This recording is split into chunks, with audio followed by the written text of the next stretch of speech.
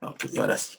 Muy bien, como le decía, vamos a conversar y conocer un poco cómo está afectando esto a la industria, sí, a la industria de dispositivos médicos, cómo ha afectado a los gobiernos, cómo está impactando en las sociedades y cuáles son las tendencias justamente que vienen en los temas regulatorios debido a esta pandemia que todos los estamos viviendo de manera directa o indirecta, sí. En industria, muy bien, conozcamos el mercado global. ¿Cuál es el mercado global de los dispositivos médicos? En el año 2018 se estimó que este mercado a nivel global está valorizado en 425.5 billones de dólares.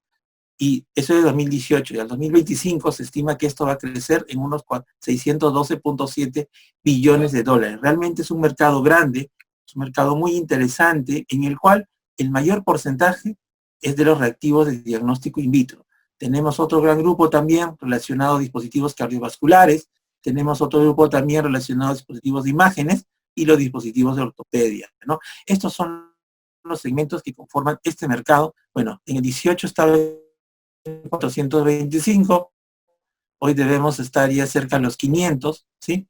500 billones de dólares, y esta es la conformación de las especialidades que hay en el mercado de dispositivos médicos. ¿Ok? ¿Y cómo es en las regiones? ¿Sí? Hemos visto nuestro mercado es de cerca de 500 billones a nivel global, pero ¿cómo se conforma esto en las regiones? ¿Ok? Para el año 2020 que estamos, se estimaba de que la región Américas iba a conformar por algo de 209 billones de dólares, ¿sí? Es el mercado más grande que hay, ¿sí? Si podemos ver aquí, por ejemplo, tenemos Asia-Pacífico, un mercado emergente también muy grande, podemos tener a Europa, ¿sí? Centro de Europa, Medio Oeste y África, y Europa Oriental, pero el mercado más grande es el mercado de las Américas. Sin embargo, el mercado de las Américas está conformado por Norteamérica, ¿no? Estados Unidos es el mercado más grande que hay a nivel global, y Latinoamérica, ¿no? Y pues aquí vemos que Norteamérica, ¿sí? Tiene un mercado de casi 120, estos son datos del 2014, ¿sí? Y Latinoamérica es un mercado de un poco más de 20, cerca a los 30 billones, ¿no? De los 200 y pico, Latinoamérica pues tiene, no es ni siquiera la mitad, ¿sí? Desafortunadamente. Sin embargo, es uno de los mercados que se observa que iba a tener un porcentaje de crecimiento alto comparado a diferencia de otros países, solamente presidido y liderado por Asia-Pacífico, ¿no? Un mercado que se estima que va a crecer cerca de un 10%, se estima en el caso de Latinoamérica que iba a crecer cerca de un 7%, ¿sí? Ok, bien.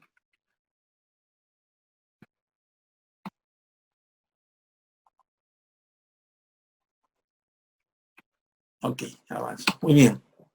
Entonces vemos que los mercados de rápido crecimiento son África, Asia, Pacífico y Sudamérica. Y ya Estados Unidos, si bien es cierto, es un mercado muy grande, ¿sí? Sin embargo, es un mercado que tiene muy poca posibilidad de crecimiento, igual que Europa. Es otro mercado grande, pero con poca posibilidad de crecimiento. Sin embargo, aún así, dentro del ranking de países, observamos que Estados Unidos tiene una participación del 39%, ¿sí? Casi el 40%, Alemania un 9.9%, Japón un 8.9%, vemos también a China, Reino Unido, Francia, Rusia, España, India, Brasil, quizás uno de los países de la región, el más grande, que aparece con un 1%, y todos los demás estamos dentro de este 19.8%. Es decir, no vemos a Perú por aquí porque probablemente somos menos del 0.5% de un mercado global grande, desafortunadamente, ¿sí? Y vamos a ver eso cómo nos ha impactado. Aquí tenemos el mercado China. Y el mercado chino ha crecido, sin embargo, nos muestra esta gráfica el crecimiento que ha tenido el mercado chino debido al COVID, ¿sí? Hemos visto que han crecido bastantes materiales y dispositivos de higiene, dispositivos de desinfección, ¿no? Sí, han crecido de manera positiva, aunque el porcentaje de crecimiento no ha sido alto, pero tenemos también que ellos han crecido bastante en equipamiento médico y en productos para para tratamiento en casa, ¿no? Ahora la tendencia es justamente eso, que la mayoría de dispositivos sean de propio tratamiento, de propio uso, y que sean tratamiento en casa. Es decir, que no sea necesario que el paciente hoy día vaya al hospital a tener una cita, a entrevistarse con un médico, con una enfermera, porque ese es un gasto adicional, ¿no? Creo que es muy conocido de que no tenemos en casi ningún país la cantidad de médicos que quisiéramos tener, o profesionales de lo que quisiéramos tener, ¿no? Entonces, esas son las tendencias que se ven en un mercado tan grande y cómo ha impactado en el mercado de dispositivos estos crecimientos. Vemos a los otros rubros y quizás el que más ha caído, y claro, obviamente, ¿no? Es el rubro dental, y que hasta la fecha recién están abriendo algunos consultorios, recién están aperturando, justamente debido a todo este proceso de pandemia. Ese mercado ha estado cerrado y ese rubro ha estado prácticamente congelado, ¿no? Por los 3, 4 meses que ha tocado vivir, ¿no? Aquí vemos una evolución, las famosas mascarillas que seguramente muchos de ustedes ya conocen, ya saben qué significa la KN, ya saben qué significa un FFP2, un FFP3, ya saben por qué es el N95, seguramente se ya han escuchado de la NIOS, ¿no? Que todo el mundo ha escuchado, investigado, ya conoce bastante y eso es bueno. Ven cómo ha crecido del año 2020-2019, por ejemplo, en marzo ha crecido un 257%, porque claro, ya está bajando la producción, pero en febrero han llegado a un crecimiento de un 993%. En promedio han crecido 353 en este primer trimestre del año, ¿no? Realmente fue una oportunidad para ellos y la han aprovechado, ¿no? Y han tenido ese crecimiento, ¿no? En desinfectantes no han crecido tanto, pero igual también han tenido un crecimiento del 94%. Sin embargo, en otros tipos de productos han tenido crecimientos, ¿no? Realmente la industria de otros rubros no ha crecido, se ha visto estancada, ha producido, sí, pero no como años anteriores o como estimaban para el 2020. Siempre se estima crecer de un año para el otro, pero desafortunadamente, debido a la pandemia, se ha visto afectado esos valores. ¿Okay? Y en el Perú, ¿cómo nos ha afectado en el Perú? Estas son cifras de un estudio que hizo la Embajada Americana el año en el 2018, ¿sí? Por eso hay un estimado para el 2019. Perú exporta algo de 11.4 millones de dólares, ¿sí? 12 para el 2019 se estimaba un 12.5, importa 380.5 millones de dólares, tenemos un mercado grande de dispositivos, pero no sé si se dan cuenta aquí, aparentemente no tenemos fabricación local, lo cual no es tan cierto. ¿Fabricamos en el Perú dispositivos? Sí, pero ¿qué dispositivos? Una gasa, fabricamos gasas, fabricamos vendas, fabricamos algodones, fabricamos suturas, ¿sí? Por ahí hay algunas soluciones que son concentradas en dispositivos médicos, puede que haya un par más de dispositivos médicos, pero no fabricamos más que eso. Somos una industria local, desafortunadamente, de dispositivos médicos es muy pequeña, ¿sí? Tan pequeña que casi ni siquiera se cuenta en datos o en estudios globales o regionales, ¿sí? Es una industria que todavía desafortunadamente no se ha logrado desarrollar. Aquí podemos mostrar un poco cómo está conformado el portafolio de los dispositivos médicos que se importan en el Perú, ¿no? Eso también es parte del mismo estudio que hizo la embajada en el 2018, ¿no? El mercado que tenemos aproximadamente unos 400 millones, ¿sí? El 40% está liderado por equipos de diagnóstico, ¿no? De ultrasonido, de resonancia magnética, catéteres, agujas, cánulas. ¿Sí? Después de ese 40% tenemos a los instrumentales para análisis químicos o instrumentos para análisis físicos, tenemos los productos ortopédicos, ¿sí? Tenemos a las otras máquinas de diagnóstico, las de rayos X, los tomógrafos, otros equipos de radiografía, ¿sí? Tenemos el 4% que son los modelos anatómicos humanos. Esta es más o menos la conformación de cómo está nuestro mercado de importación de dispositivos médicos, que es importación más del 98%. ¿Okay? Entonces, ¿cuáles son los retos que ha tenido que afrontar la industria en este periodo? Definitivamente ha hecho muchos esfuerzos para fabricación. Hay plantas que tenían un solo turno, ahora tienen 4, 5, 6 turnos, trabajan 24/7, ¿no? nos comentaba el gerente de un laboratorio que ellos importaban ventiladores al año, unos 300 ventiladores al año, ¿sí? Ahora ya tienen un forecast de 5.000 ventiladores prácticamente. Todos los países han aumentado el requerimiento de ventiladores, obviamente porque es necesario. Desafortunadamente en el Perú, en Latinoamérica, y no solo eso, en los países tipo Estados Unidos, tipo Europa, hemos sido testigos que ni siquiera ellos tenían la infraestructura hospitalaria para poder soportar a todos los pacientes, a todas las personas que han sido afectadas por la pandemia. Y nosotros definitivamente no hemos sido la excepción y hemos tenido que requerir comprar muchos productos, ¿no? Entonces la industria, para poder satisfacer esas necesidades, tanto de mascarillas, de respiradores, de ventiladores, de desinfectantes u otro producto asociado a tratar, contener la pandemia, pues ha tenido que hacer muchos esfuerzos para poder trabajar y producir y tratar de abastecer a todos los mercados, ¿no? Investigación y desarrollo también ha sido otro gran reto. La pandemia, se empezaron a conocer los datos de manera masiva en diciembre, y en inicios de febrero ya teníamos los primeros reactivos de diagnóstico in vitro para detectar el COVID, para detectar el SARS-CoV-2, ¿no? Los primeros reactivos moleculares, ¿sí? Teníamos recién en los primeros días de febrero, últimos días de enero en algunos países, ¿no? Entonces también la industria y algunas entidades gubernamentales han tenido que correr rápidamente para hacer investigación y desarrollo y poder dar estos productos que eran muy necesarios, ¿no? Pero sin embargo, el principal reto, y creo que la mayoría de la industria, por no decir casi todos lo han vivido, ha sido el tema logístico, el tema de la cadena de suministro. La mayoría de los productos que llegan a los diferentes países van por vía aérea o marítima. Siempre se escoge la vía marítima porque el costo de la vía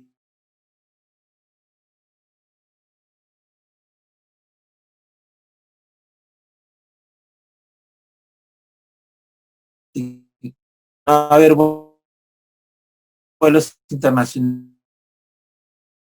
Al ser muy restringidos los vuelos de carga,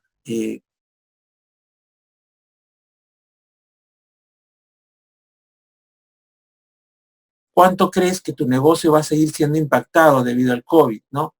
Y la gran mayoría, el 35.9% de los encuestados, que son ejecutivos de diferentes empresas con presencia mundial, dijeron que prácticamente ellos ven que entre 6 a 9 meses van a ver que sus negocios van a estar impactados, ¿no? Realmente solo el 1.9% dijo que era muy poco o era menos al impacto que iban a ver, pero la gran mayoría dijo que era de 6 a 9 meses, ¿no?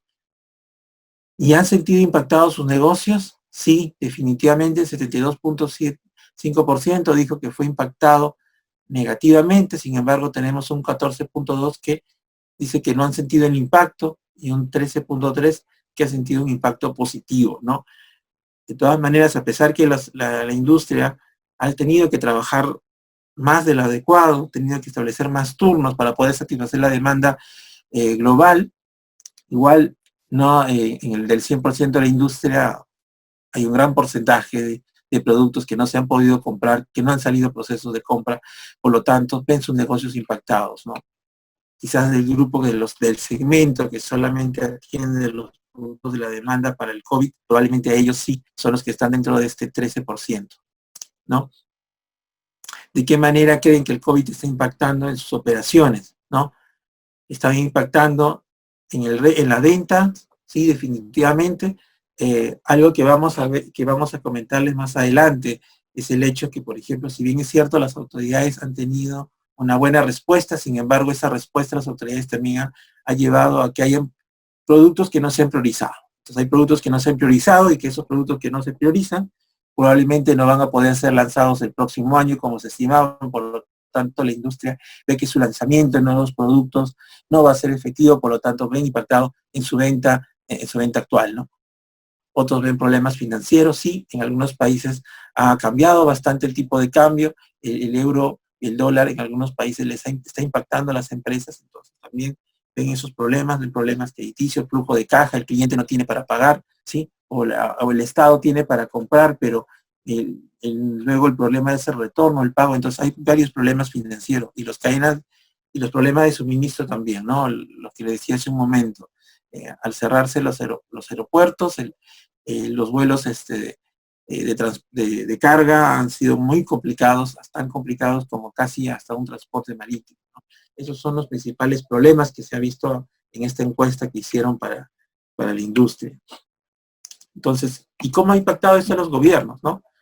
Se estimaba lo siguiente, estos son unos datos de la OCDE, donde se proyecta el crecimiento del Producto Bruto Interno, por ejemplo, ¿no? En los países del G20 emergentes, ¿sí?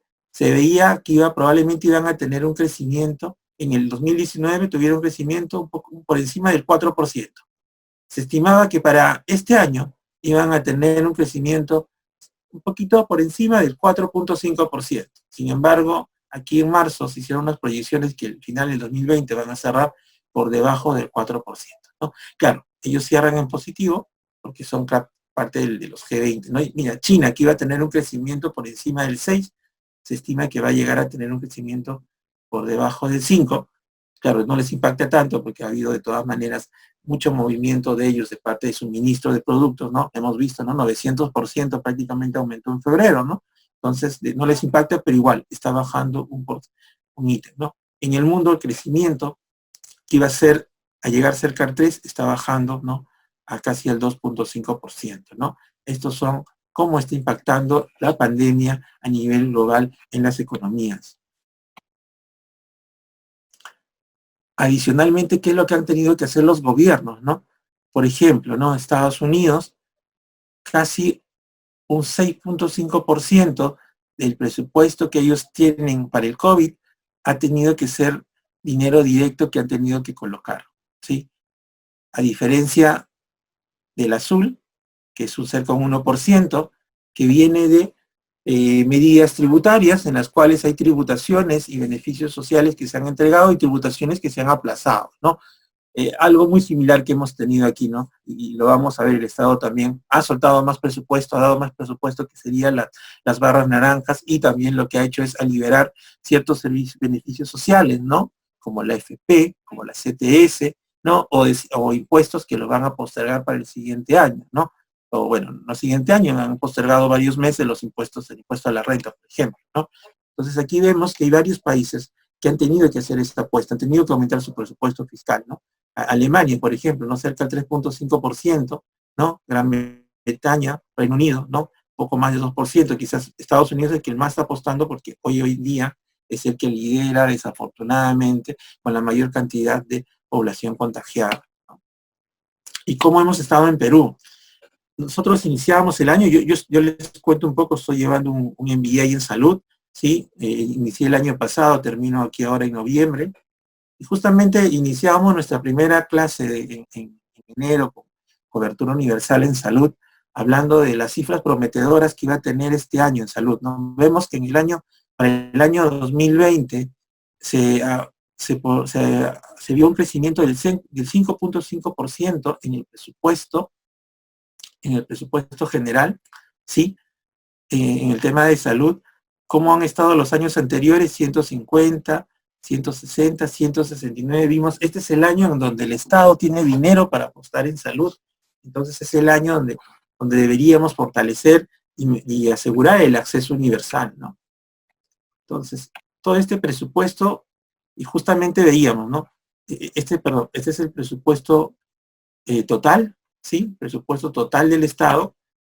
Esta es la distribución del presupuesto del Estado. Y claro, educación es y siempre tiene que ser uno de los principales preocupaciones que tiene el gobierno, y por eso tenía el 17.7% de todo el presupuesto asignado, y salud tenía el 10.4%, ¿sí? Antes ha tenido muy poco porcentaje, antes teníamos menos presupuesto, y hoy, y para este año teníamos un alto porcentaje, lo cual nos hacía ver un año muy prometedor. Sin embargo, y justamente aquí lo podemos evidenciar mejor. Este es el presupuesto ya específico en salud, y vemos que efectivamente cómo ha ido avanzando, ¿no? En un 2016 teníamos 13.471 millones, ¿sí? Y para un 2020 teníamos 18.495 millones de soles para apostar en salud, para crecer infraestructura, para apostar en el acceso universal, ¿no? Veíamos un año muy prometedor, discutíamos eh, con varios líderes en la maestría que efectivamente ese es el año en donde el Perú tiene que fortalecer su sistema nacional de salud y lo veíamos muy prometedor. Sin embargo, claro, la pandemia estalló, nadie lo tenía planeado, nadie lo tenía forecasteado, el gobierno no lo tenía presupuestado y por eso ha tenido que desembolsar 8.204.359.226 soles. ¿Sí? Este es el presupuesto que ha tenido que aumentar el Estado, ¿sí? Para poder contener la pandemia y de todo ese presupuesto, ¿sí? Ahí toda esta parte corresponde al gobierno central, ¿no? Hay más de 7.000 millones que corresponden al gobierno central, son 8.000 millones que se ha destinado adicional el presupuesto y para el sector salud tenemos 802 millones de soles que se han destinado adicionales al presupuesto que ya se tenía. De los 18.000 millones que teníamos, asignaron 802 millones adicionales. Y si vemos por aquí a la derecha, de esos 802, 303 es para la compra de insumos y equipos que se necesitan para poder contener, para diagnosticar y contener la pandemia. ¿Sí? Realmente el Estado ha tenido que desembolsar esta cantidad de dinero porque no estábamos preparados, no lo teníamos presupuestado y tenía que dar una respuesta. En productos, esto salió hace poco en una resolución ministerial 315, en donde se determinó quiénes iban a ser los productos que iban a emplearse para el tratamiento y manejo del COVID, y justamente esta lista de productos ha tenido un tratamiento especial, ¿no? Vemos aquí los medicamentos, creo que ya conocemos todos y estamos familiarizados con la citromicina, la ivermectina, ¿no? Aquí vemos algunos dispositivos, ¿no? Aquí están las cánulas, aquí están los guantes, las máscaras de oxígeno, los termómetros, ¿sí? Los pulsioxímetros, ¿sí? Los equipos concentradores de oxígeno, aquí está el famoso ventilador, ¿sí? Y los kits para diagnóstico, pruebas moleculares y rápidas, ¿no? Sin embargo, el gobierno hizo algo más, algo muy interesante que me pareció. Hoy en día Concitec está en su segunda fase, ¿sí? En su segunda convocatoria, en donde está justamente invirtiendo 1.750.000 soles para poder impulsar proyectos que estén destinados, uno, al diagnóstico, al tratamiento, y tiene también otros campos relacionados al COVID. Cierra la segunda fase, se eligió el 17 de junio, este es la segunda convocatoria, hicieron hace poco, no hace poco, fue aquí en abril hicieron la primera convocatoria, pero no ha sido la única entidad del Estado, ¿no? Y otra iniciativa que se llama Innovate Perú, que ha financiado con cerca de 900.000 soles, ¿no? Para postulación individual o pequeñas y medianas empresas o en consorcios, ¿sí? Para que puedan proponer iniciativas también de diagnóstico, tratamiento, educación, de contención, estudios epidemiológicos para el COVID, ¿no? Ha habido propuestas, iniciativas interesantes que seguramente alguno de ustedes las ha conocido y quizás más, no sé si puedo preguntarles ahora. Sí, a ver, déjenme por el chat si alguno de ustedes ha participado en alguna de estas iniciativas. Sería para mí muy gratificante conocer que varios estudiantes de nuestra facultad o de nuestra carrera han podido participar en alguna iniciativa. ¿Alguno de ustedes logró participar en alguna iniciativa de Concitec, alguna de las convocatorias de casualidad? A ver, escriban por el chat, por favor, si alguien logró participar.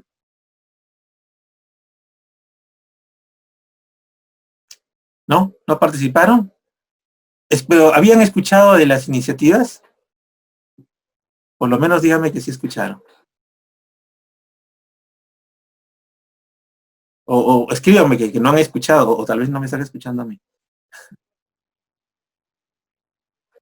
Sí, Leslie nos responde. Leslie, ¿sí escucharon entonces de la iniciativa de Concitec y de Innovate?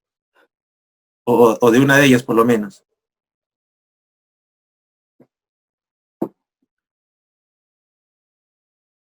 Ah, qué bueno. Qué bueno, es gratificante saber que escucharon de las iniciativas. Sería más gratificante saber si han podido participar. Uh, ojalá que hayan tenido la opción, pero por lo menos es bueno saber que sí han escuchado, ¿no? Yo conversaba con algunos amigos, yo desafortunadamente no soy muy tecnológico, no paro mucho en las redes. Logré enterarme de este sitio cuando faltaba muy poco, cuando faltaban unos pocos días, menos de una semana para que se cierren, y justamente conversaba con otros colegas, con otros amigos, y me decían, no, Juan, igual, nosotros ya nos acabamos de enterar por lo que nos comentas, y no nos ha dado el tiempo de poder presentar algo, ¿no? Es una pena, pero por lo menos algunos de ustedes lo han escuchado, y hubiera sido muy gratificante saber que por lo menos alguno de ustedes ha postulado, ¿sí? Entonces, eso es lo que se hizo, me pareció una muy buena iniciativa, y de aquí justamente debido a esta iniciativa están saliendo retos interesantes, ¿no? Hay varias empresas que se han presentado, personas que han ganado, entidades que han ganado, ¿no? Pero tienen luego un gran reto que lo voy a comentar más adelante.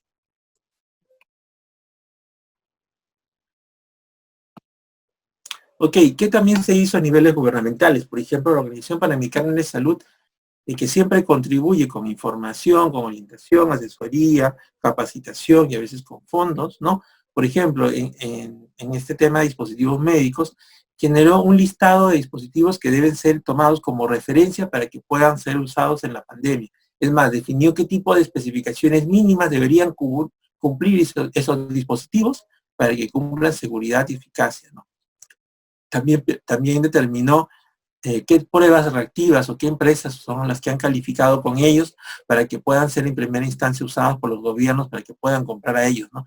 Determinaron también algunas recomendaciones y compartieron algunos puntos importantes en la regulación de otros países respecto al COVID. Realmente ha sido una muy buena iniciativa de la OPS.